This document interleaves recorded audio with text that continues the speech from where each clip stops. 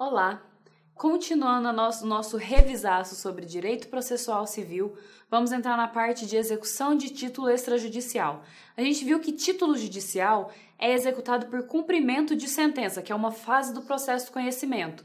No caso de títulos extrajudiciais, aí sim a gente tem uma ação de execução desse título. E qual é a competência? Em regra, o domicílio do executado.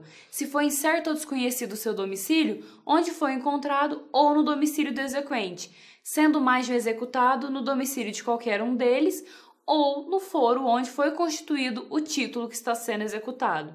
E quais são os requisitos da execução? Primeiro e mais importante, fundamentar-se em título de obrigação certa, líquida e exigível.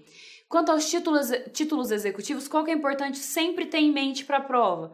Nota promissória e cheque são títulos executivos, a escritura pública ou outro documento público assinado pelo devedor e o documento particular assinado pelo devedor e por duas testemunhas. Os títulos executivos, no caso do instrumento de transação referendado pelo Ministério Público, pela Defensoria Pública, pela Advocacia Pública e, por isso é importante, pelos advogados dos transatores ou por conciliador ou mediador credenciado pelo tribunal. Por quê? Nessa vibe aí do novo código de negociação, mediação, conciliação, meios consensuais de resolução de conflitos, o instrumento de transação referendado por essas pessoas constitui título executivo extrajudicial. Dentre os outros que estão elencados na lei, esses são os mais importantes saber para sua prova. Execução por quantia certa. Realiza-se pela expropriação de bens executados. Então, a execução por quantia certa é uma forma específica de execução, no caso, envolvendo essa obrigação que envolve quantia certa e realiza pela expropriação de bens executados, ressalvadas as execuções especiais. E o que é essa expropriação? A adjudicação, que é o que? Eu pego um bem, apesar de ser uma quantia certa que a pessoa me devia, eu pego, por exemplo, uma casa dela para suprir, para considerar como paga essa quantia certa que estava sendo devida. Então, isso é adjudicação. A alienação é eu pegar um bem, vender e pegar o dinheiro para mim, ou me apropriar de frutos e rendimentos. Vamos supor que o meio de subsistência da pessoa é a fazenda que ela tem, ela só tem aquilo. Então, até para assegurar a subsistência do devedor, eu posso me apropriar dos frutos e rendimentos que advêm daquela terra, né? Assim, até onde não vai inviabilizar a sobrevivência daquele devedor. Citação do devedor e arresto. A citação do devedor já vai com honorários advocatícios fixados em 10%. Havendo pagamento integral pelo devedor em 3 dias, os honorários são reduzidos pela metade. Mas eles podem chegar até 20% caso o devedor entre com embargos à execução e esses embargos à execução forem rejeitados. Outra questão importante do código, certidão de admissão da execução. Você está executando uma pessoa, mas você pensa, gente, eu estou executando ela vai dilapidar esse patrimônio, depois como eu vou achar, como eu vou conseguir me resguardar? Então, o que você pode pedir para o juiz? Uma certidão de admissão da execução. Você leva em registro de imóveis, em registros de veículos, outros que sejam cabíveis, de outros bens penhoráveis, arrestáveis ou passíveis de se tornarem indisponíveis. A partir daí, qualquer venda desses bens vai ser considerada como fraude à execução, essa alienação após o registro nesses órgãos competentes. E se não pagar, se o devedor não pagar, haverá penhora e avaliação dos bens indicados pelo exequente ou indicados pelo executado com aceite do juiz. Como assim? Eu entrei com a ação, eu sabia que a pessoa tinha uma casa. Eu indiquei aquela casa ali para ser suprida, né, ser sanada aquela dívida que a pessoa tem comigo. Mas ela fala, olha, essa casa aqui, eu moro nela, eu preciso dela. Faz o seguinte, eu tenho outros bens de mesmo valor que não vão ser complicadores para o meu credor e eu prefiro que eles sejam executados para que eu mantenha essa casa específica. Então, se o juiz aceitar, pode ser aceito também perfeitamente. E se o executado não foi encontrado?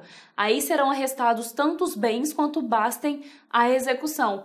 Mas aí beleza, eu sou devedora, tenho aquele título executivo extrajudicial, eu não posso fazer nada para me defender? Bom, o que acontece é que existem os embargos à execução, que são o quê? São uma ação à parte, mas que elas são distribuídas por dependência, em autos apartados, e independe de penhora, depósito ou caução para assegurar o juízo. E o que tem que ir nesses embargos à execução? Cópia das peças importantes e elas podem ser declaradas autênticas pelo advogado sob sua própria responsabilidade pessoal. E quais são as matérias de embargo à execução? Vamos focar para decorar, memorizar o que é mais importante. Inexequibilidade do título ou inexigibilidade da obrigação. Já passou, já não pode cobrar mais. Penhora incorreta ou avaliação errônea. Excesso de execução ou cumulação indevida de execuções. Então, tá querendo executar um valor ali a mais, eu não concordo com esse valor. Retenção por benfeitorias necessárias ou úteis nos casos de execução para entrega de coisa certa. Então, a pessoa tá me pedindo para entregar um bem ali, mas espera lá, eu fiz algumas benfeitorias necessárias que tinham que ser feitas para manutenção e preservação do imóvel. E aí eu vou ficar no prejuízo com isso? De forma alguma. A gente não valoriza no Brasil o enriquecimento ilícito, isso é vedado. Então, eu posso reter essas benfeitorias necessárias, o valor correspondente a elas. Incompetência absoluta ou relativa do juízo da execução, então é incompetente, eu posso alegar embargos à execução. Ou qualquer matéria que seria lícita ser alegada, ser deduzida como defesa em um eventual processo de conhecimento. Agora, partindo para os procedimentos especiais, beleza, você tem um título ali, você tem, por exemplo, um contrato firmado pelas duas partes, mas não tem aquelas duas testemunhas. E aí, você perdeu esse contrato?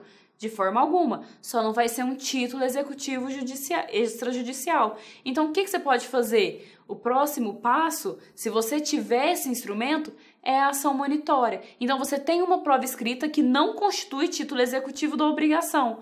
E aí, essa obrigação pode envolver pagamento de quantia em dinheiro, entrega de coisa fungível ou infungível, ou de bem móvel ou imóvel, e o adimplemento de obrigação de fazer ou não fazer. Não dando para entrar com a execução, você entra com a ação monitória. Se não der para entrar com nenhuma, mas você quer discutir aquela dívida que você acredita que deve ser adimplida, então você entra com uma ação de cobrança. É sempre essa escala de classificação. Tem o título executivo, beleza. Não tem, mas tem um título, ação monitória. Não tem nenhum dos dois, ação de cobrança. Procedimento especial também importante, embargo de terceiro.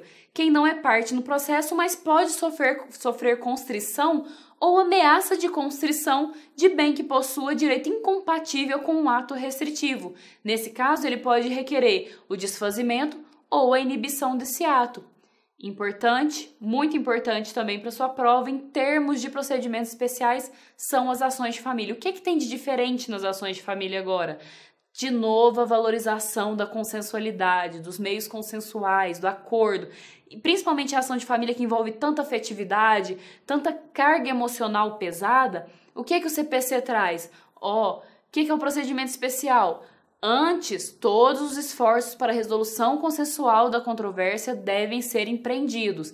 E aí pode inclusive haver uma divisão da mediação e da conciliação enquanto as sessões forem necessárias. Não tem uma restrição, eu quero ficar 8 meses tentando fazer um acordo, 9, 10 meses, tudo bem. O importante é tentar, é conversar, é desenvolver, porque aí mesmo que volte para o procedimento comum depois, as partes já conversaram, elas já estão mais maduras para encarar esse processo. Então esse é o diferencial do procedimento das ações de família como ações de procedimento especial. Então, primeiro, vamos mediar, vamos conciliar, vamos conversar realmente. No caso das ações de família, o que é realmente aplicado é a mediação. Por quê? Porque envolve relações continuadas, extremamente complexas, com conteúdo emocional muito forte, muito pesado. Então, o que é indicado a princípio é a mediação e ela deve ser tentada, ser empreendida, ser valorizada.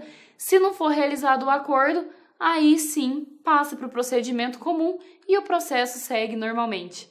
Eu espero que esses pontos tenham sido importantes para a sua revisão.